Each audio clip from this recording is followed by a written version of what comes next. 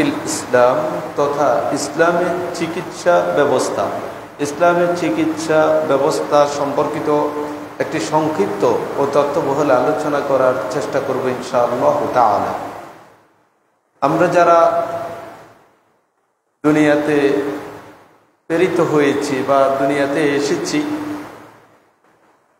যতদিন আমাদের জীবন থাকবে, শ্বাস আমাদের বাকি থাকবে, ততদিন পর্যন্ত সুস্থতার সাথে সাথে অসুস্থতার মতো একটি বিষয় আমাদের সাথে ওতপ্রোতভাবে জড়িত।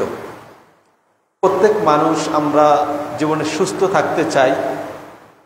সুস্থতা আমাদের জীবনের অন্যতম একটি কামনা এবং এই সুস্থ থাকার জন্য স্বয়ং বিশ্বনবী মুহাম্মদুর রাসূলুল্লাহ সাল্লাল্লাহু আলাইহি ওয়াসাল্লাম তিনি নিজেও দোয়া করতেন আল্লাহর কাছে সকাল সন্ধ্যা, আমাদেরকেও দোয়া করার জন্য বলতেন।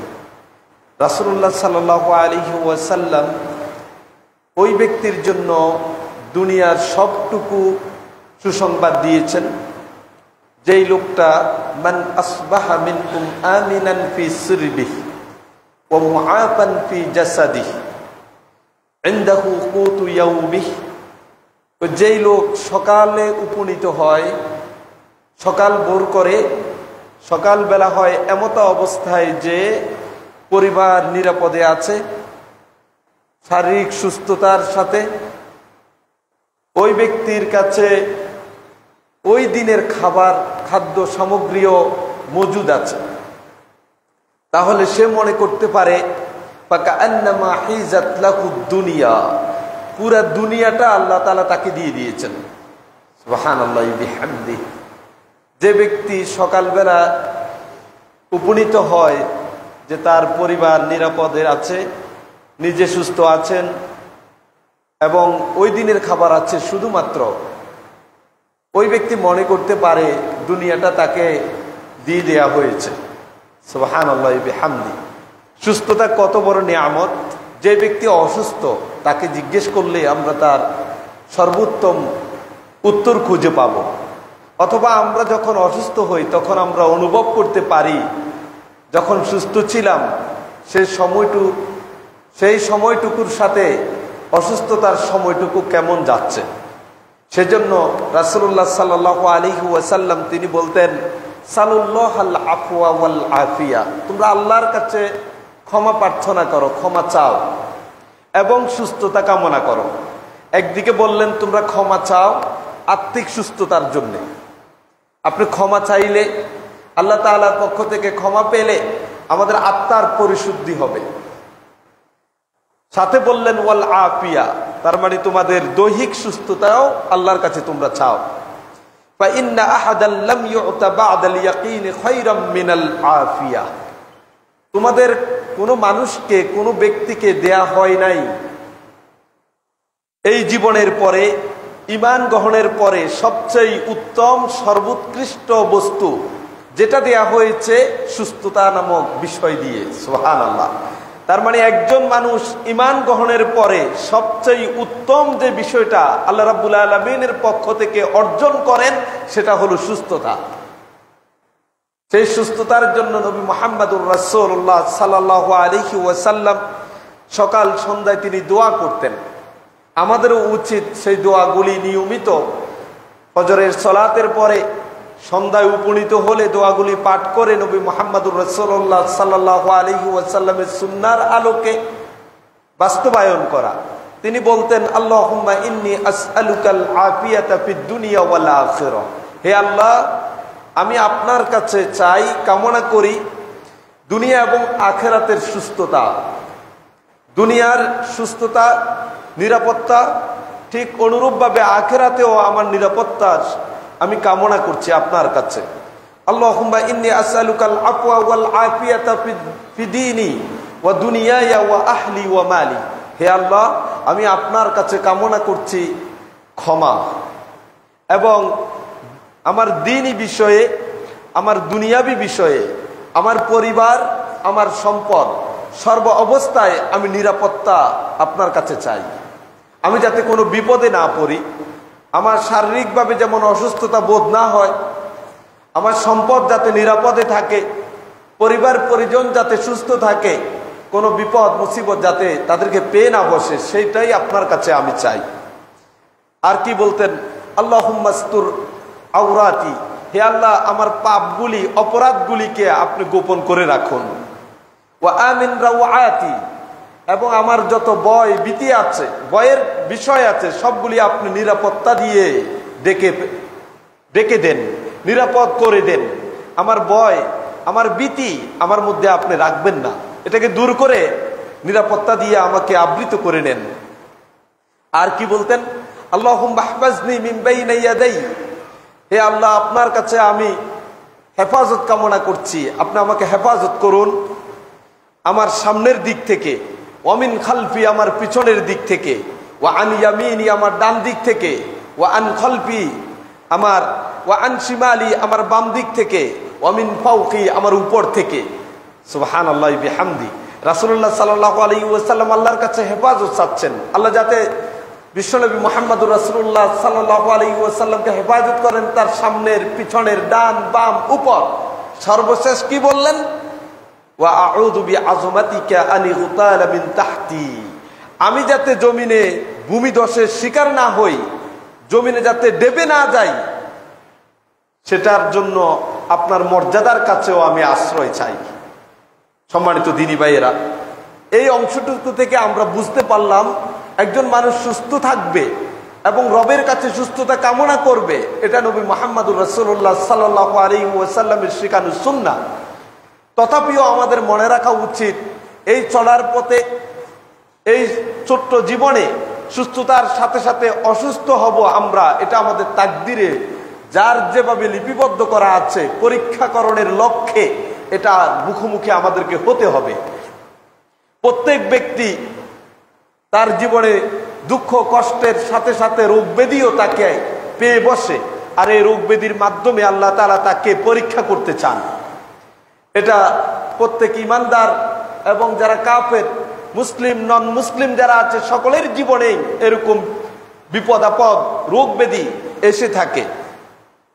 সবচেয়ে মজার ব্যাপার হলো, আমরা যখন অসুস্থ হই, সেই অসুস্থতার সময়ে আমাদের করণীয় কি?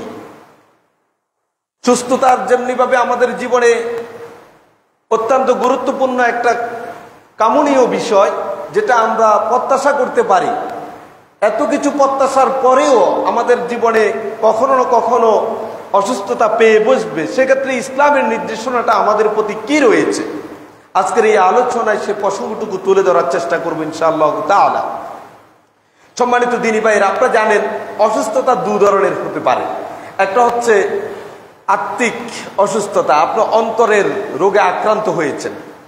অন্তরের রোগ কি কি হতে পারে, যেমন হিংসা, বিদ্বেষ, গীবত, পরনিন্দা, পরচর্চা, অন্যের কোনো কিছু ভালো না লাগা, এইসব ইত্যাদি বিষয়গুলি, তাওহীদ এবং আল্লাহর একত্ববাদ, রাসূলুল্লাহ সুন্নাহ, এই সকলের বিষয়ে সংশয় সন্দেহ যদি আপনার মধ্যে বিরাজ করে, তাহলে বুঝতে হবে আপনার অন্তর রোগাক্রান্ত হয়েছে।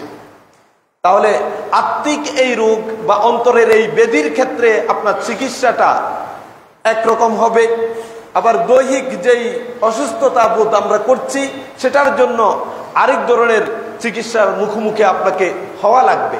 কিন্তু কুরআনুল কারীমে এই দুইটি রোগের কোনো ব্যবধান তৈরি করেননি। আল্লাহ তাআলা সুস্পষ্টভাবে একটি ঘোষণা দিয়েছেন, ইয়া আইয়ুহান নাস, হে মানব জাতি, ক্বাদ জাআতকুম মাউইযাতুম মির রাব্বিকুম, তোমাদের রবের পক্ষ থেকে তোমাদের কাছে এক সুন্দর উপদেশ এসেছে। ওয়া শিফাউল লিমা ফিস সুদূর, এবং তোমাদের অন্তরের রোগগুলির ব্যাপারে শিফা, চিকিৎসা হিসেবে তোমাদের কাছে আগমন করেছে। ওয়া হুদাম ওয়া রাহমাতাল লিল আলামিন, এবং হেদায়েত হিসেবে এসেছে, বিশ্ববাসীর জন্য রহমত এসেছে। তাহলে সেই যেই বস্তু মহামূল্যবান উপদেশ, চিকিৎসা, পাশাপাশি হেদায়েত এবং রহমত বিশ্ববাসীর জন্য, সেটা কি? সেটা হলো মহাগ্রন্থ আল কোরআন। আল্লাহ সুবহানাহু ওয়া তাআলা সূরাত ইউনূসের 57 নম্বর আয়াতে বললেন, এই মহাগ্রন্থ আল কোরআন মানবতার জন্য চিকিৎসা হিসাবে প্রেরিত হয়েছে। যেমনিভাবে হেদায়েত দিয়ে থাকেন, যেমনিভাবে এই কোরআন মানুষকে সৎ উপদেশ দেন, এবং মুমিনদের জন্য রহমত স্বরূপ কাজ করে, অনুরূপভাবে মহাগ্রন্থ আল কোরআন মানুষের আত্মিক বেদির পাশাপাশি তার দৈহিক বেদিতেও কার্যকর ভূমিকা পালন করে। সেটা আমরা দেখার চেষ্টা করব ইনশাআল্লাহ তাআলা। সূরা বনী ইসরাঈলের 72 নম্বর আয়াতে আল্লাহ তাআলা আবার বললেন, ওয়া নুনাজ্জিলু মিনাল কুরআনি মা হুয়া শিফাউন ওয়া রাহমাতুল লিল মুমিনিন। আমি কোরআনকে অবতীর্ণ করেছি, আল্লাহ সুবহানাহু ওয়া তাআলা কোরআন অবতীর্ণ করেছেন। এই কোরআন মা হুয়া শিফা, যেটা হলো চিকিৎসা। কোরআন আমাদের সকলের জীবনের রোগ ব্যাধি থেকে চিকিৎসা দেয় বলে আল্লাহ তাআলা এই আয়াত অংশ বললেন। ওয়া রাহমা, এবং এটা রহমত অনুগ্রহ, লিল মুমিনিন ঈমানদারদের জন্য। ওয়ালা ইয়াজিদুজ জালিমিনা ইল্লা খাসারা, আর যারা জালেম, যারা অত্যাচারী, তাদের জন্য এই কোরআন চিকিৎসাও না, রহমতও না, বরং তাদের পথভ্রষ্টতা এবং ক্ষতিগ্রস্ততা আরো বৃদ্ধি পেতে থাকে। সুপ্রিয় ভাইয়েরা, কোরআনুল কারীমের এই দুইটি আয়াত আমাদের যে মেসেজটুকু দেয় সেটি হলো, কোরআন আমাদের জন্য সুস্থতার দ্বারক এবং বাহক হয়ে প্রেরিত হয়েছে। যেমনিভাবে কোরআন আমাদেরকে জান্নাতের পথ দেখান, আর এই সুস্থতা যেমনিভাবে আমাদের আত্মিক সুস্থতার জন্য কার্যকর। কোরআন তেলাওয়াত করলে, আল্লাহর জিকির করলে, তাহলে আমাদের অন্তর ভালো হয়ে যায়। অন্তরের যেই রোগ ব্যাধি এগুলি আস্তে আস্তে দূরীভূত হয়, ঈমানি চেতনা বৃদ্ধি পেতে থাকে। পাশাপাশি নবী মুহাম্মদুর রাসূলুল্লাহ সাল্লাল্লাহু আলাইহি ওয়াসাল্লাম তিনি যখনই তার দেহে কোনো জায়গায় ব্যথা অনুভব করতেন, তখন তিনি সূরা ইখলাস এবং সূরা নাস ও ফালাক পাঠ করে 3 বার তার দেহকে তিনি ফু দিতেন, এবং হাত দিয়ে পুরা শরীরের যতটুকু সম্ভব পুরা শরীরের মধ্যে হাতটা তিনি সঞ্চালন করতেন ফু দিয়ে। তাহলে বোঝা গেল তিনি ব্যথা অনুভব করেছেন। নিঃসন্দেহে এটা কোনো অন্তরের রোগ না, যে ব্যথাটা তার দেহের কোনো না কোনো অঙ্গে তিনি অনুভব করছেন। সেটার জন্য নবী মুহাম্মদুর রাসূলুল্লাহ সাল্লাল্লাহু আলাইহি ওয়াসাল্লাম কোরআনুল কারীমে সূরা ইখলাস পাঠ করতেন এবং সূরা নাস ও ফালাক পড়ে ফু দিয়ে 3 বার তার দেহকে তিনি মুছে দিতেন। এ থেকে আমরা বুঝতে পারলাম কোরআনুল কারীম যে কথা আমাদেরকে অব্যর্থভাবে বললেন যে কোরআন মুমিনদের জন্য রহমত, হেদায়েত এবং চিকিৎসার স্বরূপ প্রেরিত হয়েছে, নাজিল হয়েছে। আসুন আমরা এই কোরআনের দ্বারস্থ হব এবং কোরআন দিয়ে আমাদের চিকিৎসা নেওয়ার জন্য আমরা চেষ্টা করব। পাশাপাশি নবী মুহাম্মদুর রাসূলুল্লাহ সাল্লাল্লাহু আলাইহি ওয়াসাল্লাম কি বলে দেখুন। আবু দারদা রাদিয়াল্লাহু তাআলা আনহু থেকে বর্ণিত, তিনি বলেন রাসূলুল্লাহ সাল্লাল্লাহু আলাইহি ওয়াসাল্লাম বলেছেন, ইন্নাল্লাহা আনজালাদ দাআ ওয়াদ দাওয়া। আল্লাহ তাআলা রোগ যেমন নাজিল করেছেন, ঠিক সেই রোগের ঔষধও তিনি এই পৃথিবীতে অবতীর্ণ করেছেন। সুবহানাল্লাহ। এমন কোন রোগ নেই যেই রোগের কোন চিকিৎসা জমিনে আল্লাহ তাআলা প্রেরণ করেননি। সেই ঔষধ প্রতিষেধক সৃষ্টি হয়নি, এটা মনে করার কোনো সুযোগ নেই। হ্যাঁ, হতে পারে সেটা আমরা অনুভব করতে পেরেছি, আবিষ্কার করতে পেরেছি। আমাদের চিকিৎসা বিজ্ঞান হয় সক্ষম হয়েছে সেই রোগের চিকিৎসার যত মূল মন্ত্র আছে এগুলিকে আবিষ্কার করার, অথবা ব্যর্থ হয়েছে। কিন্তু রাসূলুল্লাহ সাল্লাল্লাহু আলাইহি ওয়াসাল্লাম তিনি বললেন যে ইন্নাল্লাহা আনজালাদ দাআ ওয়াদ দাওয়া। আল্লাহ তাআলা এই পৃথিবীতে রোগ যেমন সৃষ্টি করেছেন, অনুরূপভাবে তিনি রোগের ওষুধও তিনি সৃষ্টি করেছেন। ওয়া জাআলা লিকুল্লি দাইন দাওয়া। প্রত্যেক রোগের জন্য ওষুধ রয়েছে, প্রত্যেক রোগের জন্য ওষুধ নির্ধারণ করা হয়েছে। ফাতাদাউ, সুতরাং তোমরা যখনই অসুস্থতা অনুভব করবা তখন তোমরা চিকিৎসা গ্রহণ করবা। আবু দাউদের 3864 নম্বর হাদিসে এই হাদিসটুকু বিবরণে এসেছে। তাহলে আমরা এখান থেকে বুঝতে পারি কোরআনুল কারীম যেমনিভাবে আমাদের অন্তরের রোগের দূরকরণের জন্য কার্যকর ভূমিকা রাখেন, পাশাপাশি আমাদের দৈহিক যত রোগ আছে সেক্ষেত্রেও ভূমিকা পালন করেন। পাশাপাশি রাসূল সাল্লাল্লাহু আলাইহি ওয়াসাল্লামের এই হাদিস থেকেও আমরা বুঝতে পারি প্রত্যেক রোগের জন্য ঔষধ রয়েছে। সে ওষুধটা কেমন হতে পারে সেই বিবরণ একটু পরে আমরা বলার চেষ্টা করব। আরেকটি হাদিস শুনুন। আন সাদ ইবনে ওয়াক্কাস রাদিয়াল্লাহু তাআলা আনহু, সাদ ইবনে ওয়াক্কাস রাদিয়াল্লাহু তাআলা আনহু থেকে বর্ণিত, তিনি বলেন যে আমি অসুস্থ হয়েছিলাম।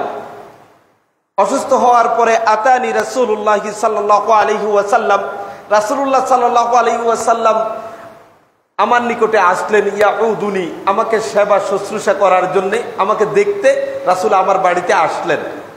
সাদ ইবনে ওয়াক্কাস বলছেন, এসে তিনি কি করলেন, ফাওয়াদা ইয়াদাহু বাইনা সাদিয়ি, তিনি আমার বুকের উপরে তার হাতখানা রাখলেন। রাসূলুল্লাহ সাল্লাল্লাহু আলাইহি ওয়াসাল্লাম অসুস্থ সাদ ইবনে ওয়াক্কাসের বুকের উপরে হাত রাখলেন।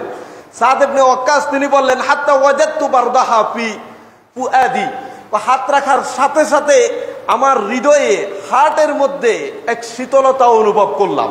সুবহানাল্লাহি বিহামদি।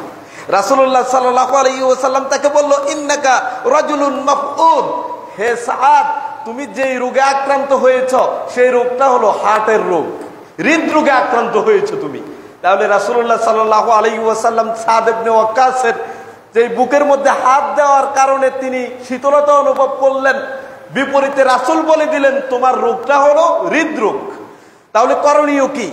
রাসূল সাল্লাল্লাহু আলাইহি ওয়াসাল্লাম বললেন, তোমার এখন করণীয় হলো ইতিল হারিস ইবনে কালদা, হারিস ইবনে কালদার কাছে চলে যাও, তিনি সাকিব গোত্রের লোক। ফা ইন্নাহু রাজুলুন ইয়াতাতাব্বাব, সে এমন একজন লোক যে হলো চিকিৎসক, তার কাছ থেকে তুমি হার্টের চিকিৎসা গ্রহণ করো। হার্টের যেই রোগ আছে সেটার ওষুধ তার থেকে ব্যবস্থাপত্র নিয়ে আসতে পারো।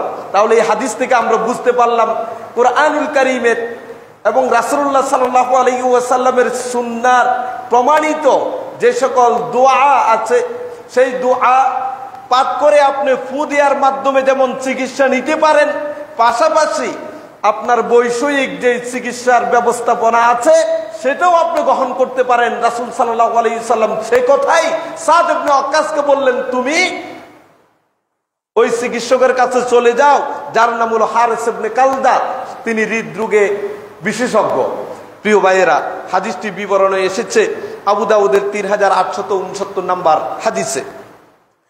তাহলে আমরা বুঝলাম যখনই আমাদেরকে রোগে পেয়ে বসবে, আমরা কোরআন কারীম থেকেও সেই রোগের চিকিৎসা ইচ্ছা করলে নিতে পারি। আবার চাইলে আমাদের চারপাশে যে সকল বিশেষজ্ঞ ডাক্তাররা গড়ে উঠেছেন অথবা তারা শিক্ষা অর্জন করেছেন, তাদের সেই অভিজ্ঞতা থেকেও আমরা চিকিৎসা নিতে পারি, সেটাও সুন্নাহ দ্বারা প্রমাণিত হলো। রাসূলুল্লাহ সাল্লাল্লাহু আলাইহি ওয়াসাল্লাম তিনি বললেন, মা আনজালাল্লাহু দাআন ইল্লা আনজালা লাহু শিফা, এই জমিনে এমন কোন রোগ সৃষ্টি করা হয়নি যে রোগের কোনো ওষুধ সৃষ্টি করা হয়নি। মানে যেটাই হয়েছে রোগ, তার জন্য ওষুধও এই জমিনে আল্লাহ তাআলা সৃষ্টি করে দিয়েছেন। জাবের রাদিয়াল্লাহু তাআলা আনহু থেকে বর্ণিত, তিনি বলেন রাসূলুল্লাহ সাল্লাল্লাহু আলাইহি ওয়াসাল্লাম বললেন, লিকুল্লি দাইন দাওয়া, প্রত্যেক রোগের জন্য রয়েছে ঔষধ। ফাইজা উসিবা দাওয়া উদ্দাই বারাআ বিইজনিল্লাহ, তবে মনে রাখতে হবে কোন ব্যক্তি অসুস্থ হওয়ার পরে সে যখন ওষুধ সেবন করে অথবা চিকিৎসা গ্রহণ করে, যে ধরনের চিকিৎসাই হোক না কেন, ওই চিকিৎসা দিয়ে সে যদি রোগ মুক্তির আশা করে, মনে রাখতে হবে এই রোগ মুক্তি আল্লাহর আদেশে হয়ে থাকে। ওই ঔষধের, ওই চিকিৎসার কোনো অধিকার নেই, প্রভাব বিস্তার করার ক্ষমতা নেই যতক্ষণ পর্যন্ত আল্লাহর আদেশ না আসবে। প্রিয় ভাইয়েরা, খুতবার যে প্রথম অংশে কোরআনুল কারীম থেকে চিকিৎসা নেওয়ার পাশাপাশি বিশেষজ্ঞ ডাক্তারদের থেকে চিকিৎসা নেওয়ার বৈধতা রয়েছে, সেটা আমরা বুঝতে পারলাম। এ পর্যায়ে যে বিষয়টা আপনাকে জানাবো, আমাদের সমাজে কিছু মানুষদেরকে আমরা দেখি, আমার পরিচিত এক বন্ধু আছে, সে যখনই অসুস্থ হয় কখনো ডাক্তারের কাছে যায় না, কোনো ওষুধ সেবন করে না। তাকে জিজ্ঞেস করলাম কেন? সে উত্তরে বলে, যিনি আমাকে রোগ দিয়েছেন তিনি আমাকে সুস্থ করবেন, সুতরাং আমি ওষুধ খেয়ে তার প্রতি তাওয়াক্কুলটা কমিয়ে দিব কেন? আমি তার প্রতি ঈমানের সর্বোচ্চ জায়গা থেকে, তাওয়াক্কুলের সর্বোচ্চ জায়গা থেকে আমি অবস্থান করতে চাই, যাতে করে যিনি আমাকে রোগ দিয়েছেন তিনি আমাকে এই রোগ থেকে মুক্তি দিয়ে দিবেন, আমি কোনো ওষুধ সেবন করতে চাই না। তাহলে প্রশ্ন দাঁড়ায়, আমরা যারা অসুস্থ হওয়ার পরে চিকিৎসা নেওয়ার জন্যে, সেই চিকিৎসাটা কোরআন থেকে হোক, সেই চিকিৎসাটা রাসূলুল্লাহ সাল্লাল্লাহু আলাইহি ওয়াসাল্লামের সুন্নাহ দ্বারা প্রমাণিত জারফুক দিয়ে হোক, অথবা বিশেষজ্ঞ ডাক্তারের মাধ্যমে হোক, যদি আমরা চিকিৎসা গ্রহণ করি তাহলে সেটা কি তাওয়াক্কুলের পরিপন্থী হবে কিনা আমরা দেখার চেষ্টা করি। এক্ষেত্রে উলামায়ে কেরাম ফুকাহায়ে এজামের 3টি বিপরীতমুখী বক্তব্য আছে, সেগুলি আমরা এক এক করে জানার চেষ্টা করি। প্রথমত, এক শ্রেণীর উলামায়ে কেরাম ফতোয়া দিয়ে থাকেন যে যারা অসুস্থ হওয়ার পরে চিকিৎসা গ্রহণ করে না তারা প্রকৃতপক্ষে আল্লাহর প্রতি তাওয়াক্কুল করেন বলেই তারা চিকিৎসা নেন না, আর এই চিকিৎসা নেওয়াটা তাওয়াক্কুলের পরিপন্থীও বটে। যারা চিকিৎসা নিতে নিষেধ করেন তারা চিকিৎসা গ্রহণ করা তাওয়াক্কুলের, আল্লাহর প্রতি তাওয়াক্কুল বা ভরসা নির্ভরতার পরিপন্থী মনে করেন। দলিল হিসেবে তারা পেশ করেন ইবনে আব্বাস রাদিয়াল্লাহু তাআলা আনহুর হাদিস। সহিহ বুখারীর 6472 নম্বর হাদিসে এসেছে যে রাসূলুল্লাহ সাল্লাল্লাহু আলাইহি ওয়াসাল্লাম বললেন, ইয়াদখুলুল জান্নাতা মিন উম্মতি ৭০,০০০ বিগাইরি হিসাবিন, আমার উম্মতের ৭০,০০০ লোক বিনা হিসাবে জান্নাতে যাবে। তারা হলো হুমুল্লাযিনা লা ইস্তারকুন ওয়া লা ইয়াতাতায়্যারুন, যারা অসুস্থ হওয়ার পরে কোনো জারফুকও গ্রহণ করে না, ওয়ালা ইয়াতাতায়্যারুন, এবং কুলক্ষণ শুভলক্ষণ নির্ধারণ করে গণকের কাছে যাওয়া, চিকিৎসকের কাছে যাওয়া, কোথাও তারা দ্বারস্থ হয় না, বরং ওয়া আলা রাব্বিহিম ইয়াতাওয়াক্কালুন, তারা তাদের রবের উপর তাওয়াক্কুল করে। এই হাদিস থেকে বোঝা গেল অসুস্থ হওয়ার পরে যারা জারফুক গ্রহণ করে না, কোনো ডাক্তার বিশেষজ্ঞর দ্বারস্থ হয় না, তারা প্রকারান্তরে তাদের রবের উপরেই তাওয়াক্কুল করে। আর যারা অসুস্থ হওয়ার পরে জারফুক নিয়ে থাকে অথবা ওষুধ সেবন করে থাকে, তারা তার রবের প্রতি তাওয়াক্কুলটা যথাযথভাবে করলো না, এটা তাওয়াক্কুলের পরিপন্থী তারা বলে থাকেন এই হাদিসের আলোকে। আমরা দেখি দ্বিতীয় যে শ্রেণীর উলামায়ে কেরাম বলেন এটা তাওয়াক্কুলের পরিপন্থী না, বরং এটা তাওয়াক্কুলের সর্বোচ্চ স্তরের পৌঁছার পরিপন্থী। স্বাভাবিক তাওয়াক্কুলের পরিপন্থী কাজ চিকিৎসা গ্রহণ করাটা হতে পারে না। হ্যাঁ, কোনো ব্যক্তি যদি আল্লাহর প্রতি তাওয়াক্কুলের সর্বোচ্চ স্তরে পৌঁছতে চায় তাহলে সে যেন এই চিকিৎসা গ্রহণ না করে। সাধারণ তাওয়াক্কুল এটাকে চিকিৎসা নেওয়ার কারণে ব্যাহত করবে না। সর্বোচ্চ জায়গায় পৌঁছতে হলে অবশ্যই তাকে চিকিৎসা বর্জন করতে হবে। তারা সেই ক্ষেত্রে দলিল হিসাবে পেশ করেন আবু বকর রাদিয়াল্লাহু তাআলা আনহু, আবু দারদা রাদিয়াল্লাহু তাআলা আনহু সহ এক শ্রেণীর তাবিঈন এবং একদল বিশেষজ্ঞ ব্যক্তি এবং সুফি, তারা এই নীতির আলোকে চিকিৎসা গ্রহণ করাকে তাকওয়ার সর্বোচ্চ স্তরে পৌঁছার পরপন্থী মনে করেন বলেই চিকিৎসা গ্রহণ করা থেকে তারা দূরে থাকতেন। সেই সকল ব্যক্তিদের মধ্যে আবু বকর রাদিয়াল্লাহু তাআলা আনহু রয়েছেন, আবু দারদা রাদিয়াল্লাহু তাআলা আনহু রয়েছেন। আমাদের সমাজের যে সুফি বা সুফি মতবাদ চর্চা করেন তাদের মধ্যে বড় একটা গোষ্ঠী রয়েছে, তারা অসুস্থ হলে চিকিৎসা নিতে চান না। তারা বলেন যে এটা আল্লাহ রাব্বুল আলামিনের প্রতি যে আমার ঈমান, আস্থা এবং বিশ্বাস, তাওয়াক্কুলের সর্বোচ্চ স্তর, সেটার পরিপন্থী হয়ে যাবে, এই জন্য তারা সেদিকে যেতে চান না। এই সম্পর্কে আউজাজুল মাসালিক কিতাবুল জামি'এর বায়ানুতু আলিজুল মারিদ অধ্যায়ে ৬ষ্ঠ খণ্ডের ৩১০ থেকে ৩১১ নম্বর পৃষ্ঠায় বিস্তারিতভাবে তুলে ধরেছেন যারা অসুস্থ হলে চিকিৎসা গ্রহণ থেকে বিরত থাকেন, তাওয়াক্কুলের সর্বোচ্চ স্তরে পৌঁছার পরিপন্থী মনে করে সেই সকল বিবরণ সেখানে তুলে ধরেছেন। তাহলে আমরা বুঝতে পারলাম, প্রথম যারা মনে করেন যে ওষুধ সেবন করা, চিকিৎসা গ্রহণ করা এটা প্রাথমিক পর্যায় থেকে তাওয়াক্কুলের পরিপন্থী, তারা সহিহ বুখারীর বর্ণনা দিয়ে প্রমাণ করতে চেয়েছেন। দ্বিতীয়ত যারা বলছেন স্বাভাবিক বা প্রাথমিক স্তরের তাওয়াক্কুলের পরিপন্থী নয়, বরং সর্বোচ্চ স্তরে পৌঁছার পরিপন্থী এটা, তারা আবু বকর রাদিয়াল্লাহু তাআলা আনহু এবং কতিপয় সাহাবী তাবিঈনদের জীবন আদর্শ থেকে তারা নীতি এবং আদর্শ গ্রহণ করার চেষ্টা করেছেন। তৃতীয়ত ইমাম নববী রাহিমাহুল্লাহ তিনি বললেন, ইমাম মুসলিম রাহিমাহুল্লাহ তিনি তার কিতাবুল সহিহ মুসলিমের মধ্যে এই সংক্রান্ত একটি অধ্যায় রচনা করেছেন, যে অধ্যায়টা হলো যে চিকিৎসা গ্রহণ করাটা হলো মুস্তাহাব। চিকিৎসা গ্রহণ করা এটা একটা ভালো কাজ, এই মর্মে রাসূল সাল্লাল্লাহু আলাইহি ওয়াসাল্লামের কিছু হাদিস তিনি নিয়ে আসছেন। সেখানে তিনি বুঝাতে চাইলেন এটা তাওয়াক্কুলের প্রাথমিক স্তরেরও পরিপন্থী না, সর্বোচ্চ স্তরে পৌঁছারও এটা পরিপন্থী না। সুতরাং কেউ যদি অসুস্থ হয় সে এটার জন্য চিকিৎসা নিতে পারে, সেটা কোরআনিক চিকিৎসা হতে পারে, হাদিসের চিকিৎসা হতে পারে, বিশেষজ্ঞ ডাক্তারের চিকিৎসা হতে পারে। সেটা কখনোই তাকওয়ার পরিপন্থী হতে পারে না, তাওয়াক্কুলেরও পরিপন্থী হতে পারে না। তারা দলিল দিলেন যে জাবের রাদিয়াল্লাহু তাআলা আনহু থেকে বর্ণিত, রাসূলুল্লাহ সাল্লাল্লাহু আলাইহি ওয়াসাল্লাম বলেন, লিকুল্লি দাইন দাওয়া, প্রত্যেক রোগের জন্য ওষুধ রয়েছে। ফাইজা উসিবা দাওয়াউদ দাই বারাআ বিইজনিল্লাহ, কোন ব্যক্তি যদি চিকিৎসার জন্য ওষুধ সেবন করে তাহলে ওই ওষুধ তাকে মুক্তি দিতে পারে না, প্রকৃতপক্ষে তাকে মুক্তি দেয় আল্লাহর আদেশ।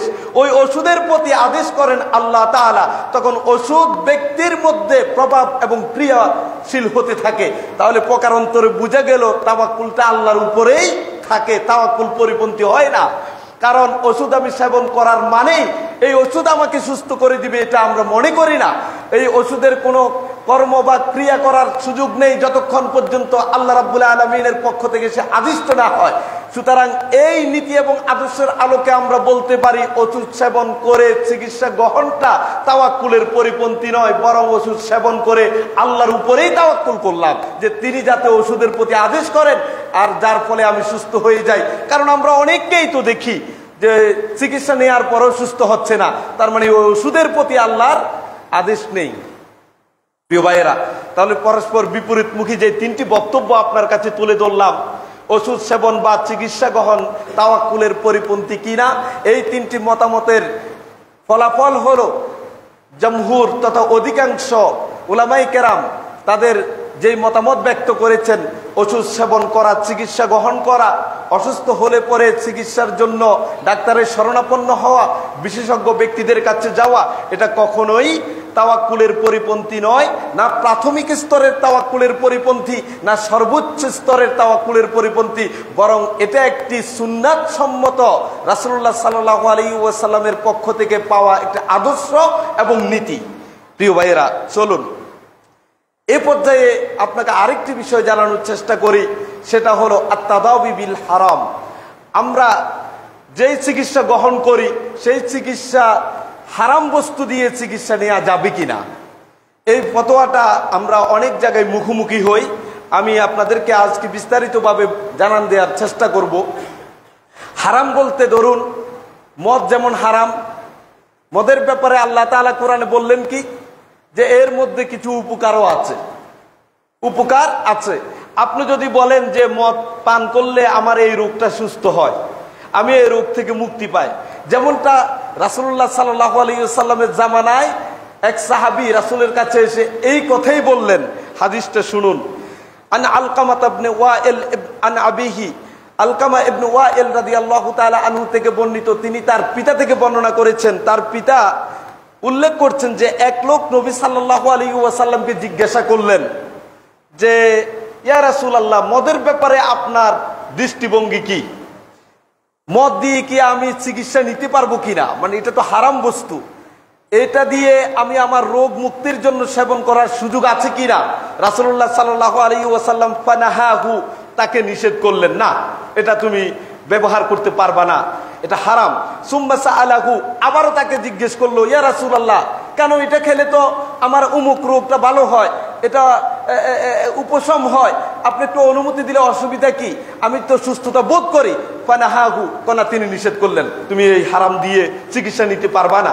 ফাকিলা লাহু, এরপরে লোকটা রাসূল সাল্লাল্লাহু আলাইহি সাল্লামকে লক্ষ্য করে বললেন, ইয়া নবী আল্লাহ, হে আল্লাহর নবী, ইন্নাহা দাওয়াউন, আপনি কেন নিষেধ করছেন? এটা তো আমার রোগ মুক্তি দেয়, আমি এটা অসুস্থ হওয়ার পরে যদি খাই, সেবন করি, তাহলে আমি সুস্থতা অনুভব করি, আপনি আমাকে নিষেধ করেন কেন?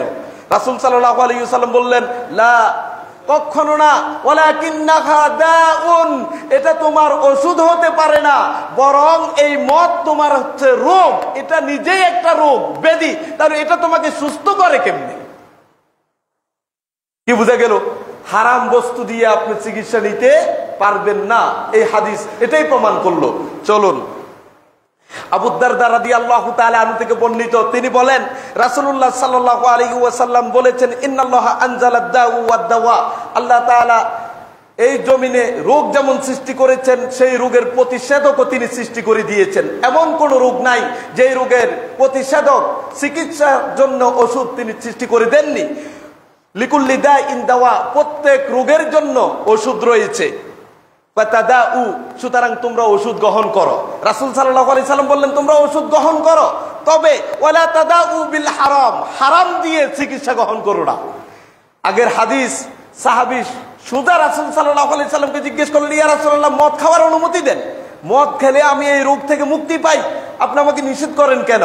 রাসূল সাল্লাল্লাহু আলাইহি সাল্লাম তাকে সুস্পষ্টভাবে বলে দিলেন, মদ খাওয়ার পরে যদি তোমার রোগ মুক্তি হয় বলে মনেও হয়, তুমি মনে রেখো এটা তোমার রোগ মুক্তির জন্য তৈরি করা হয়নি, এটা নিজেই একটা রোগ, নিজেই একটা ব্যাধি, এটা তোমাকে চিকিৎসা করে কেমনে? এই হারাম দিয়ে তুমি চিকিৎসা গ্রহণ করতে পারো না।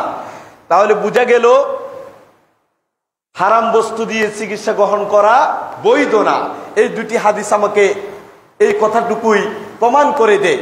কিন্তু বিপরীতে উলামায়ে কেরামের এবং মুহাদ্দিসিনে ইজামের বিশাল একটা দল রয়েছে যে হারাম বস্তু দিয়ে প্রয়োজনে, যখন হালাল বস্তু দিয়ে চিকিৎসা নেওয়ার মতো আর কোনো সুযোগ নেই, অভিজ্ঞ মুসলিম ডাক্তার যদি আপনাকে বলে যে আপনার এই চিকিৎসা শুধুমাত্র এই জিনিস দ্বারাই সম্ভব, যে জিনিসটা আদৌ হালাল না, তখন আপনাকে এই রোগ থেকে মুক্তি পাওয়ার জন্যে হারাম বস্তু সাময়িকভাবে গ্রহণ করার অনুমোদন ইসলামে দেয় কিনা, সে প্রসঙ্গে কোনো দলিল পাওয়া যায় কিনা আমরা একটু দেখি।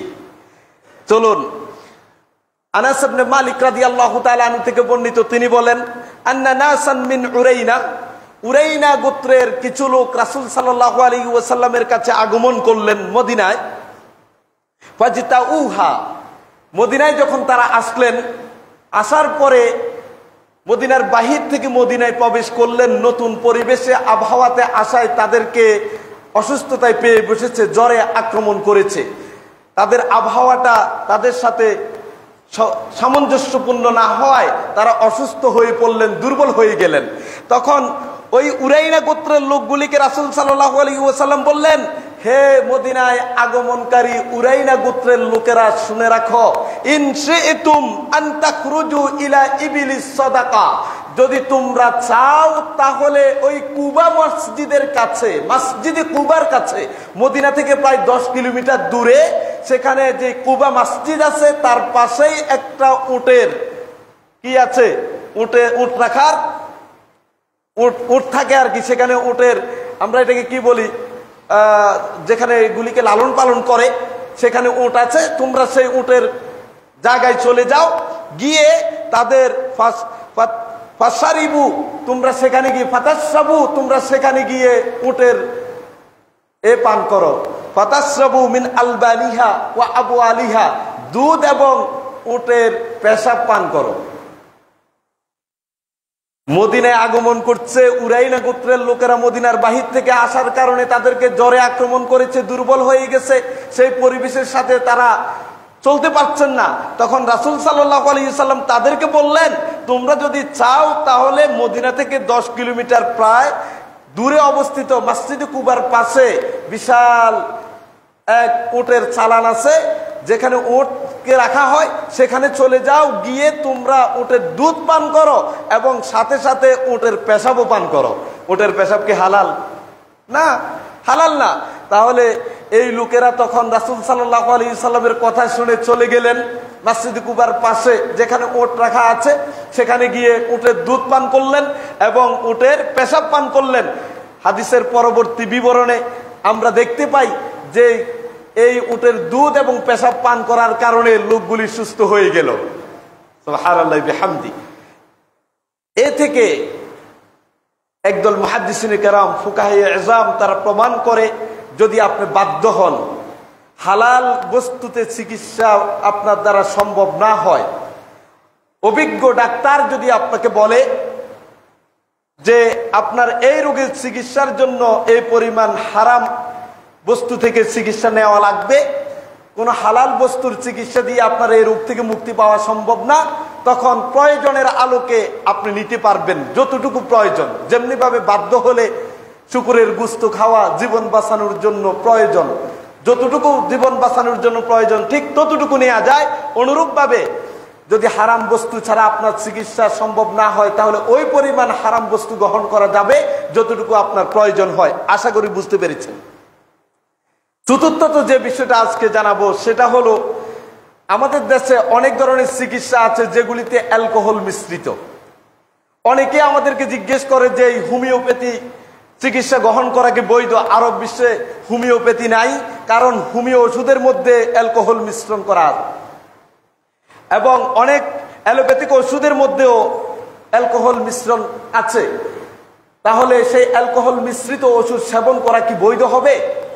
অনুরূপভাবে আমরা যারা আতর ব্যবহার করি, পারফিউম ব্যবহার করি, সেখানেও কিছু পরিমাণ অ্যালকোহল থাকে। সেই অ্যালকোহল ব্যবহার করে আমরা সালাত আদায় করার জন্য যে মসজিদে আসি, সেটা ইসলামে কতটুকু অনুমোদিত, সেই প্রসঙ্গে আজকে আমরা জানার চেষ্টা করব। চলুন, এই ব্যাপারে 4টি অবস্থা আপনাকে মনে রাখলে এই সংক্রান্ত মাসআলা আপনি কখনো ভুল করবেন না। অ্যালকোহল একটা মূলত নেশাজাত যে দ্রব্যটা ইসলামী শরিয়াতে নিষিদ্ধ, সেটা হলো কোনো বস্তুকে যদি তার সত্তা বা তার মূল অস্তিত্বটাকে টিকিয়ে রাখার জন্য অ্যালকোহলের বিকল্প আর কিছু না থাকে। যেমন হোমিও ওষুধ, সেটার ক্রিয়া যদি আপনার মানবদেহে করতে হয়, সে ওষুধের অস্তিত্ব ধারণ করার জন্যে আপনাকে অ্যালকোহল ছাড়া বিকল্প কোনো পদ্ধতি গ্রহণ করার সুযোগ নাই। সেজন্য আপনার ওই পরিমাণ অ্যালকোহল ব্যবহার করার অনুমতি আছে যে পরিমাণ অ্যালকোহল ব্যবহারের মাধ্যমে ওষুধের অস্তিত্ব তার টিকে থাকে। দ্বিতীয়ত, অ্যালকোহল বা নেশাজাত দ্রব্য কোনটা আসলে হারাম? রাসূল সাল্লাল্লাহু আলাইহি ওয়াসাল্লাম তিনি বললেন যে খেজুর এবং আঙ্গুর থেকে নির্গত নেশাজাত দ্রব্য এটাই মূলত হারাম। বর্তমানে যে নেশাজাত দ্রব্য তৈরি করা হয়, সেটা আঙ্গুর এবং খেজুর থেকে এই অ্যালকোহল তৈরি করা হয় না। এই অ্যালকোহলটা তৈরি করা হয় সিল্কা, শস্যদানা, আরো বিভিন্ন উপাদান থেকে। যে কারণে ইমাম আবু হানিফা রাহিমাহুল্লাহ তিনি বলেন, মূল যে দুটি জিনিস থেকে অ্যালকোহল বা নেশাজাত দ্রব্য তৈরি করলে হারাম হয়, সেই দুইটি অস্তিত্ব থেকে বেরিয়ে এসে যখন শস্যদানা বা সিল্কা বা অন্যান্য দ্রব্য থেকে অ্যালকোহল তৈরি করছে, এই জাতীয় অ্যালকোহল সেবনে বা এই জাতীয় অ্যালকোহল ব্যবহারে ইসলাম নিষেধ করে না। এটা হারাম হবার মতো কোনো সুযোগ নেই। ইমাম আবু হানিফা রাহিমাহুল্লাহ এই মতটা দিয়ে থাকেন। চলুন, তৃতীয় নাম্বার অ্যালকোহলের আরেকটা ধরন। বর্তমানে শস্যদানা, সিল্কা বা অন্যান্য উপাদান এটাও নাই, আরো আপগ্রেড হয়েছে। অ্যালকোহল বা নেশাজাত দ্রব্য তৈরি যে করে, সেটা কি দিয়ে করে জানেন? আধুনিক চিকিৎসা বিজ্ঞানী প্রমাণ করেছে, পানির মধ্যে এক ধরনের পোকা চাষ করে, যেই পোকাটাকে মেডিসিন দিয়ে তারা বাঁচিয়ে রাখে। একটা সময় পর্যন্ত এটাকে পানির মধ্যে রেখে এরপর এটাকে ছেঁকে উঠে এটাকে চিবিয়ে তার নির্যাস দিয়ে অ্যালকোহল তৈরি করা হয়। তাহলে এটা হারাম হওয়ার কোনো সুযোগ নেই, কারণ যেই পোকা পানিতে বসবাস করছে, সেখানে এটাকে চাষাবাদ করছে, ওখান থেকে বের করে নিয়ে এসে তার নির্যাস দিয়ে অ্যালকোহল তৈরি করছে। আমরা জানি ইসলামী শরিয়ার বিধান হলো পানির মধ্যে বসবাসরত সকল ধরনের প্রাণী হালাল। তাহলে সেখান থেকে নির্গত পোকা থেকে যদি অ্যালকোহল তৈরি করে, ওই অ্যালকোহল হারাম হওয়ার কোনো সুযোগ ইসলামে নেই। চলুন, 4 নম্বর অবস্থা অ্যালকোহলের। 4 নম্বর অবস্থা হলো, যদি কোনো মদ সেটা খেজুর থেকেই করেছে বা আঙ্গুর থেকে করেছে, যেটা হারাম হওয়ার জন্য যথেষ্ট। আমি ধরে নিলাম কোনো সিল্কা, শস্যদানা বা পানিতে বসবাসরত ওই পোকা, চাষাবাদ করা পোকা থেকে করেনি, একদম মূল অস্তিত্ব আঙ্গুর বা খেজুর থেকে এই অ্যালকোহল তৈরি করেছে। কিন্তু ওই অ্যালকোহল বা মদটা, নেশাজাত দ্রব্যটা যদি মূল অস্তিত্ব নষ্ট হয়ে যায়, তার সত্তা যদি পরিবর্তন হয়ে যায়, তখন আর এটা মদের বিধান থাকে না। যেমন সকল ফুকাহায়ে কেরাম একমত, মদ যখন শিরকাতে পরিণত হয়, শিরকা বুঝেন তো, শিরকাতে পরিণত হয়ে যায়, তখন আর মদের হুকুম ওই আঙ্গুর বা খেজুর থেকে নির্গত অ্যালকোহলের মধ্যে বিধান থাকবে না, বিধান অন্যটা হয়ে যাবে। সিরকা পান করা, সিরকা গ্রহণ করা এটা বৈধ, যদিও এটা একটা সময় মত ছিল, যখন তার অস্তিত্ব বিলুপ্ত হয়ে সিরকায় রূপ নেয় তখন আর এটা অ্যালকোহল থাকে না। আশা করি বুঝতে পেরেছেন। এই চারটা অবস্থার কোন অবস্থায় আমাদের চিকিৎসা বিজ্ঞান প্রয়োগ করে? বর্তমান আধুনিক এই যুগে যে অ্যালকোহল হোমিও ওষুধে প্রয়োগ করছে, অথবা অ্যালোপ্যাথিক ওষুধে প্রয়োগ করছে, অথবা আমরা যে স্প্রে করি, অথবা আতর গ্রহণ করি, অথবা পারফিউম আমরা নিয়ে থাকি, সেগুলিতে শুধুমাত্র পানিতে চাষ করা ওই পোকাগুলির নির্যাস নিয়ে অ্যালকোহলটা তৈরি করছে। সুতরাং ইসলামী শরিয়া এই ধরনের অ্যালকোহলকে হারাম মনে করে না। আশা করি বুঝতে পেরেছেন। চলুন, রাসূলুল্লাহ সাল্লাল্লাহু আলাইহি ওয়াসাল্লামের জামানায় সুন্নাহর আলোকে তিনি কি কি চিকিৎসা গ্রহণ করতেন সেটা থেকে আমরা কিছু বোঝার চেষ্টা করব, যদিও সময় আমাকে সুযোগ দিবে না শেষ করার জন্য। তার এক নম্বর হলো, রাসূল সাল্লাল্লাহু আলাইহি ওয়াসাল্লাম যখনই অসুস্থ হতেন তখন তিনি জারফুক দিতেন কোরআন কারীমের আয়াতগুলি পাঠ করে, এবং রাসূল সাল্লাল্লাহু আলাইহি ওয়াসাল্লামের সুন্নায় প্রমাণিত বিশুদ্ধ দোয়াগুলি পাঠ করে তিনি জারফুকের মাধ্যমে নিজেও চিকিৎসা গ্রহণ করতেন এবং সাহাবায়ে কেরামকে চিকিৎসা নিতে বলতেন। আমাদের প্রতি এই নির্দেশনাটা আছে। বর্তমানে যেমন আপনারা জানেন যে ব্ল্যাক ম্যাজিক যেটা আছে, বা জিনের আসর আছে, অথবা আনুষঙ্গিক আরো যা অসুস্থতার ধরন আছে, আপনি চাইলে কোরআন এবং সুন্নাহর আলোকে সেই দোয়াগুলি পাঠ করে কোরআনের আয়াত, সূরা নাস, ফালাক এবং ইখলাস পড়ে পড়ে আপনি ফু দিতে পারেন। যেমনিভাবে রাসূল সাল্লাল্লাহু আলাইহি ওয়াসাল্লামের হাদিস হলো, যখনই তিনি কোনো ব্যথা অনুভব করতেন শরীরে, তখন তিনি সূরা ফালাক, সূরা নাস এবং সূরা ইখলাস 3 বার পাঠ করে তার সারাটা শরীরে ফু দিতেন 3 বার, এবং সারা শরীর মুছে দিতেন। এটা সুন্নাহ সম্মত, রাসূল সাল্লাল্লাহু আলাইহি ওয়াসাল্লামের চিকিৎসা পদ্ধতির অন্তর্ভুক্ত। দ্বিতীয়ত তিনি কি করতেন? আত-তাদাবি বিল হাব্বাতিস সাউদা, তিনি চিকিৎসা গ্রহণ করতেন কালো জিরা দিয়ে। কালো জিরা ব্যাপারে রাসূল সাল্লাল্লাহু আলাইহি ওয়াসাল্লামের বক্তব্য হলো, ইন্না হাযিল হাব্বাতাস সাউদা শিফাউন মিন কুল্লি দাইন ইল্লা মিনাস সাম। এটা এমন এক দানা, এমন একটি দানা, যেই দানার চিকিৎসা সকল রোগের জন্য রয়েছে, শুধুমাত্র মৃত্যু ব্যতীত। সুবহানাল্লাহি বিহামদি। রাসূল বলেছেন, সেখানে সন্দেহের কোনো সুযোগ আছে বলে আমরা মনে করি না। কারণ এরপরেও আমরা অনেকে বলি, কই আমি তো কালো জিরা খাইয়েছি, কোনো তো আমি চিকিৎসা পেলাম না, আমি তো জারফুক নিয়েছি, আমার কোনো উন্নতি হলো না, আমি তো মধু খেয়েছি, রাসূল সাল্লাল্লাহু আলাইহি সাল্লাম মধু দিয়ে সেই ডায়রিয়া আক্রান্ত লোকের চিকিৎসা করেছেন, আমি তো মধু খেলে আরো বেড়ে যাচ্ছে, তাহলে কারণটা কি? সে প্রসঙ্গ একটু পরে বলার চেষ্টা করব। চলুন, রাসূল সাল্লাল্লাহু আলাইহি ওয়াসাল্লামের চিকিৎসা পদ্ধতির আরেকটি ছিল ঠান্ডা পানি। রাসূল সাল্লাল্লাহু আলাইহি সাল্লাম কি করতেন? তিনি বলতেন, কোনো ব্যক্তি যখন জ্বরে আক্রান্ত হয়, জ্বরে আক্রান্ত হলে রাসূল বললেন তাকে পানি দাও, তার শরীরে পানি দিয়ে মুছিয়ে দাও। আর আমরা জ্বর হলে গোসল করতে নিষেধ করি, যে পানিতে যাওয়া যাবে না, পানি ব্যবহার করা যাবে না, জ্বর বেড়ে যেতে পারে। রাসূল বললেন কি, আল হুম্মা মিন ফাইহি জাহান্নাম, এই জ্বর এটা হলো জাহান্নামের তাপ, জাহান্নামের একটা তাপ। সুতরাং ফাআবরিদুহা বিল মা, পানি দিয়ে এই তাপকে তুমি ঠান্ডা করো। আপনি যখন জ্বরে আক্রান্ত হবেন তখন অবশ্যই পানি ব্যবহার করবেন, পানি সেবন করবেন। আমরা ছোটবেলায় দেখেছি আমাদের মায়েদের অসুস্থতা সময়ে উপরে একটা জারের মতো বসিয়ে ফোঁটা ফোঁটা পানি কপালের মধ্যে দিত, পিছনে এগুলি আস্তে আস্তে পরে গড়িয়ে গড়িয়ে চলে যেত। তারা সেই সুন্নাহর আলোকে চিকিৎসাটাই গ্রহণ করতেন। তাহলে রাসূলুল্লাহ সাল্লাল্লাহু আলাইহি ওয়াসাল্লামের সুন্নাহ দ্বারা প্রমাণিত জ্বর থেকে মুক্তির মাধ্যম হলো ঠান্ডা পানি ব্যবহার, তবে ফ্রিজিং পানি না, তাহলে আবার সব সর্বনাশ হয়ে যাবে। চলুন, রাসূলুল্লাহ সাল্লাল্লাহু আলাইহি ওয়াসাল্লামের চিকিৎসা পদ্ধতির আরেকটা হলো, তিনি মধু ব্যবহার করে চিকিৎসা করতেন। এক লোক এসে রাসূল সাল্লাল্লাহু আলাইহি ওয়াসাল্লামকে বললেন, ইয়া রাসূলুল্লাহ, আমার ভাই ডায়রিয়া আক্রান্ত, তাকে একটু চিকিৎসা করিয়ে দেন। বলল, ইসকিহি আসালান, তাকে তুমি মধু পান করাও। ফাসাকাহু, সে তার ভাইকে মধু খাওয়াইছে। খাওয়ানোর পরে আরো বেড়ে গেছে।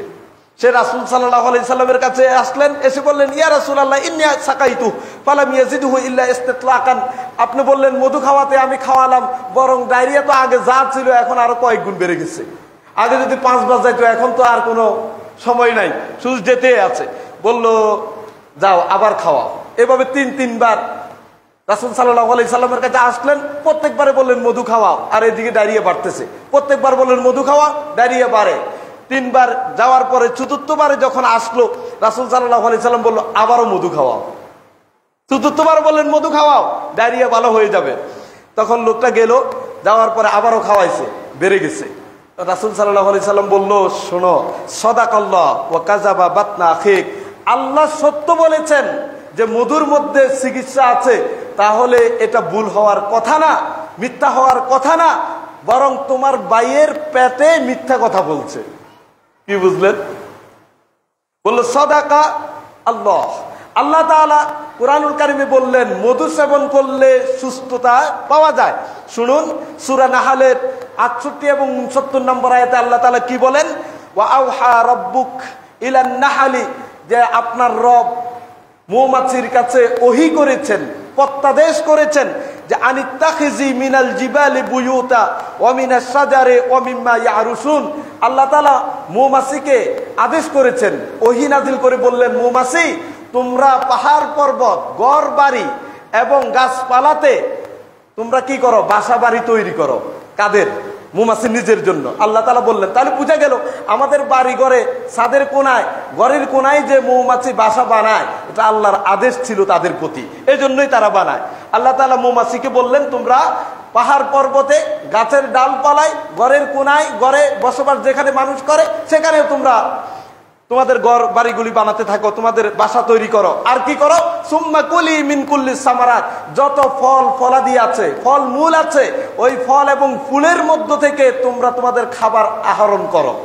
তাদেরকে ঘর তৈরি করতে বললেন, তাদের বাসা বানাতে বললেন, এবং তাদের খাবার কোথায় হবে সেটাও বলে দিলেন, যে যত ফল মূল আছে সেখান থেকে খাবার গ্রহণ করতে বললেন। ফাসলুকি সুবুলা রব্বিকি জুলালা, এবং তোমার রবের সহজ পথ অনুসরণ করে চলো। এই আদেশটা কাকে করলেন আল্লাহ তাআলা? মৌমাছিকে। এরপরে কি কয়? ইয়াখরুজু মিন বুতুনিহা শারাবুন, বিনিময়ে আল্লাহ তাআলা মৌমাছির পেট থেকে এমন এক পানীয় বের করেন, পানীয় মৌমাছির পেট থেকে বের করে দেন, যেটা হলো মুখতালিফুন আলওয়ানু, যেটা বিভিন্ন রং বেরঙের পানি মৌমাছির পেট থেকে বের হয়। ফিহি শিফাউন, যে পানির মধ্যে রয়েছে শিফাউন লিন্নাস, মানুষের জন্য চিকিৎসা। তাহলে আল্লাহ তাআলা বললেন মৌমাছির পেট থেকে যে পানিগুলি বিভিন্ন রং বেরঙের পানি বের হয়, ওই পানির মধ্যে মানবতার জন্য চিকিৎসা আছে। তাহলে আমি বলছি তোমার ভাইয়ের পেট ডায়রিয়া চিকিৎসার জন্য মধুপান করাও, আর তুমি মধুপান করাচ্ছ, বলছো বারবার বেড়ে যাচ্ছে। তাহলে তুমি শুনে রাখো, আল্লাহ বললেন চিকিৎসা আছে, এটাই সত্য, তোমার ভাইয়ের পেট মিথ্যা কথা বলছে, পেট মিথ্যাবাদী হয়ে গেছে। তার মানে এই মধু খাওয়ানোর কিছু পদ্ধতি আছে, ওই পদ্ধতি মেনেই তোমাকে খাওয়াতে হবে। উদাহরণস্বরূপ মনে করুন, দুধ এটা ভালো খাবার, কিন্তু কাউকে যদি ঠান্ডা দুধ খাওয়ান, হতে পারে তার ডায়রিয়া। কাউকে যদি দই খাওয়ান, দুধের যে উপকারিতা আর দইয়ের উপকারিতা সম্পূর্ণ আলাদা। তাহলে বুঝা গেল অবস্থা এবং প্রকৃতির আলাদার কারণে এগুলি ক্রিয়া এবং বিক্রিয়ার ক্ষেত্রে বাধাগ্রস্ত হতে পারে। কিন্তু আল্লাহ তাআলা বললেন এর মধ্যে চিকিৎসা আছে, এটাই সত্য। আপনি যদি সেই পদ্ধতি অনুসরণ করে আপনি চিকিৎসা নিতে পারেন। একটা চমৎকার কথা বলি, শুনুন। চিকিৎসা বিজ্ঞানীরা বলল যে মৌমাছি থেকে মধু যে আহরণ হয় সেটা কেমনে হয়, একটা তারা বিবরণ দিলেন। 1 কেজি মধু তৈরিতে 70,000 মধু পোকা, 70,000 মধু পোকা 26,000 ফুলের মধ্যে 5,000 বার যাতায়াত করতে হয়। আল্লাহু আকবার। 1 কেজি মধু তৈরি হতে 70,000 মধু পোকা 26,000 ফুলের মধ্যে যেতে হয়, 26,000 ফুলের মধ্যে সে বিচরণ করতে হয় এবং 5,000 বার যেতে হয়। সুবহানাল্লাহ বিহামদি। এরপরে 1 কেজি মধু সেখান থেকে বের হয়, এবং তাদের জীবন প্রণালীটা কত স্বচ্ছ এবং পরিচ্ছন্ন আপনি শুনলে অবাক হবেন। যে আল্লাহ তাআলা মানুষের সাথে মৌমাছির জীবন প্রণালীটাকে অনেকাংশে মিল করে দিয়েছেন। মানুষের যেমন একজন শাসক থাকে, তাদেরকে নিয়ম কানুন আইন দিয়ে পরিচালনা করেন, মৌমাছির জন্য এইরকম তাদের একজন রানী শাসক থাকে। যেখানেই বাসা তৈরি করে সেখানে একজন শাসক থাকে, রানী মৌমাছি, পুরুষ না। সে তাদের অধীনস্থ যত মৌমাছি আছে, মধু পোকা আছে, তাদেরকে বিভিন্ন দায়িত্বে নিয়োজিত করেন। কাউকে পাহারাদারের দায়িত্ব দেন বাসার বাহিরে, কাউকে বাচ্চাগুলিকে লালন পালনের দায়িত্ব দেন, কাউকে সেখানে মোম সংরক্ষণের দায়িত্ব দেন, কাউকে ফুলের মধ্যে বিচরণ করে আহরণ করে নিয়ে আসার জন্য দায়িত্ব দেন। এভাবে বিভিন্ন দায়িত্ব পালনরত তাদের শাসকের অধীনে তারা কাজ করে। মজার ব্যাপারও হলো এই যে পাহারাদার যে গোষ্ঠীটা আছে মৌমাছির মধ্য থেকে, যারা বাহিরে ফলের মধ্যে বিচরণ করে এসে বাসার মধ্যে ঢুকে মধু নিংড়ানোর জন্য, এই মৌমাছিগুলি যখন বাহির থেকে ভিতরে প্রবেশ করতে চায়, পাহারাদার মৌমাছিগুলি তাদেরকে অবজার্ভ করে। এগুলি কি, যেই পোকা ফুলের মধ্যে বসেছে এটা কি আবর্জনা বা ময়লাযুক্ত ছিল, নাকি এটা পবিত্র বা পরিষ্কার পরিচ্ছন্ন ছিল, এটা যারা পাহারাদার আছে তারা এটাকে অবজার্ভ করে। যখন তারা বুঝতে পারে এই মধু পোকাটা যেই ফুলের মধ্যে বসেছে এটা নোংরা ময়লা আবর্জনা ছিল, তখন তাকে আর ঢুকতে দেয় না। রানী শাসকের আদেশে ওই পোকাকে তারা হত্যা করে ফেলে।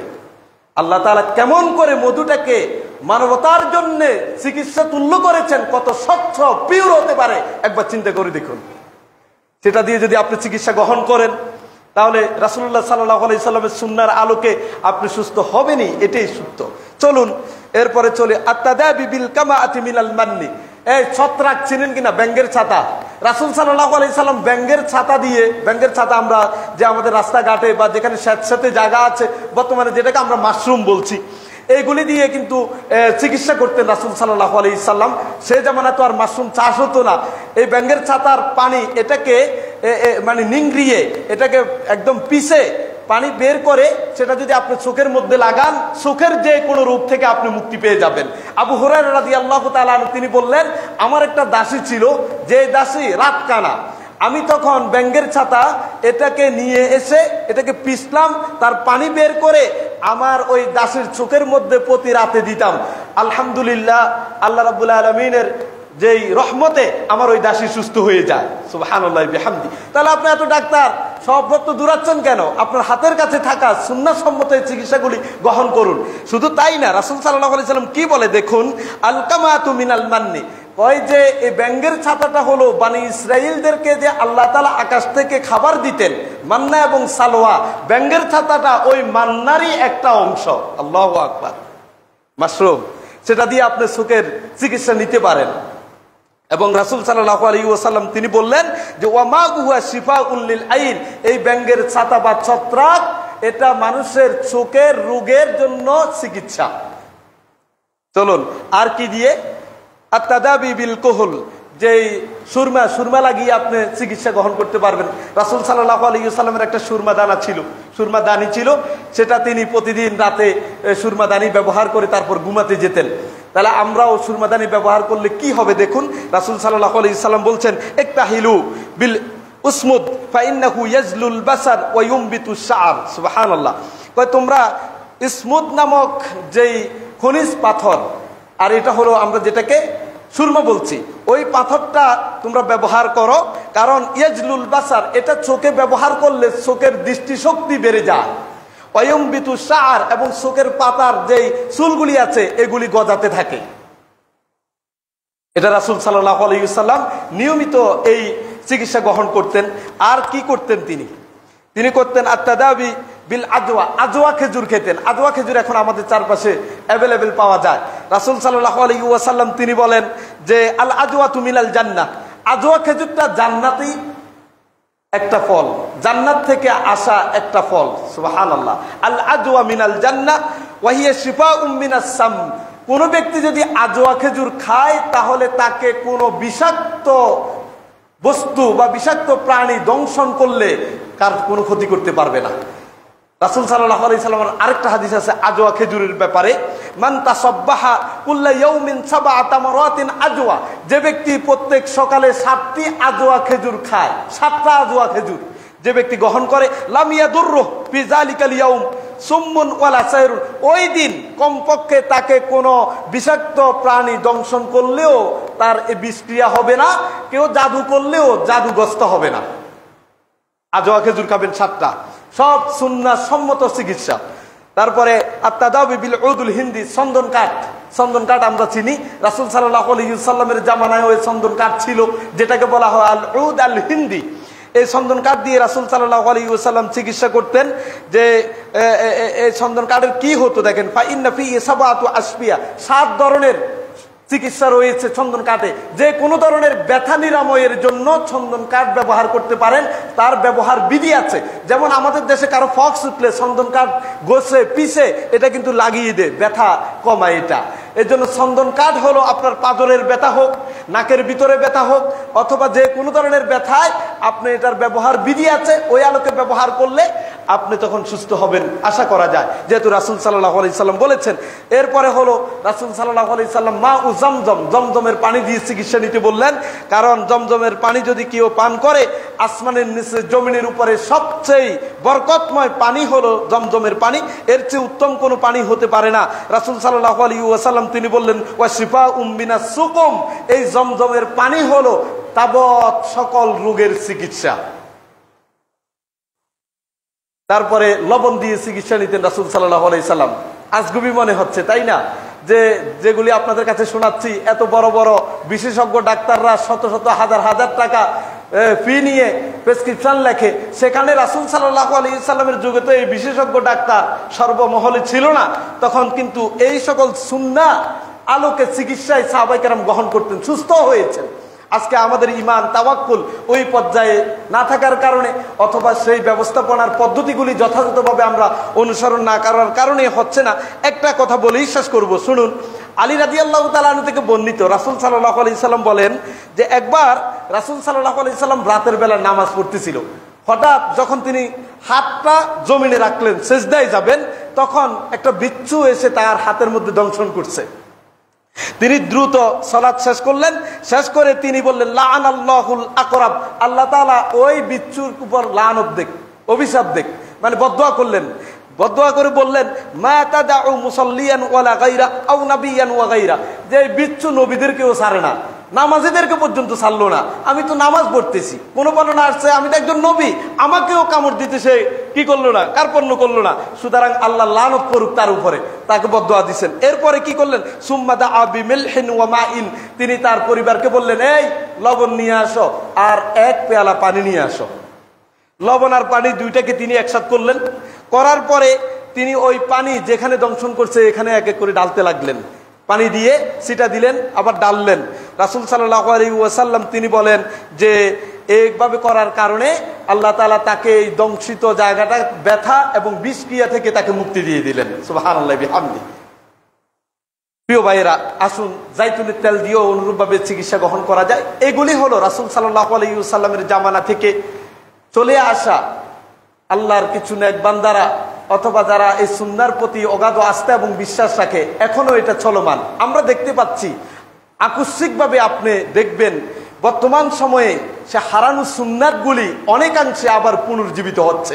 আমাদের যারা কোরআন এবং সুন্নাহর ছাত্র, অথবা কোরআন এবং সুন্নাহ বুঝতে চায়, দেখবেন এখন তারা মধু ব্যবহারের এবং জাইতুন ব্যবহারের ক্ষেত্রে, আজওয়া খেজুর ব্যবহারের ক্ষেত্রে, কালো জিরা ব্যবহারের ক্ষেত্রে আগের চেয়ে আমরা ছোটবেলায় যে পরিমাণ না দেখতাম তার চেয়ে অনেক বেশি মানুষেরা এখন আসক্তি দেখতে পাওয়া যায়।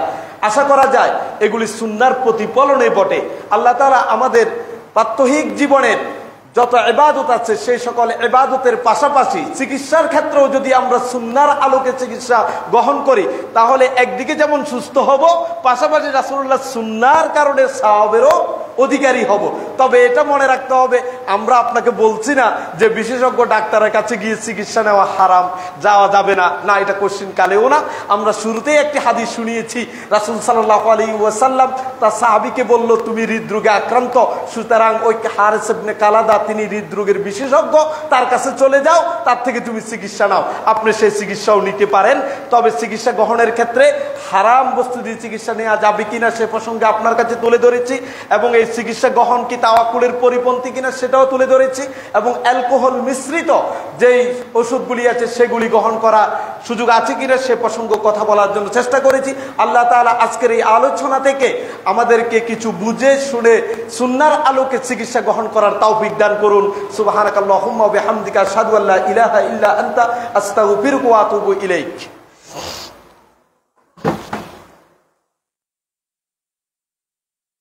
আলহামদুলিল্লাহ, আলহামদুলিল্লাহ হামদা শাকিরিন ওয়া সলাতু ওয়া সালামু আলা নবিয়িল আমিন ওয়া আলা আলিহি ওয়া সাহবিহি আজমাইন।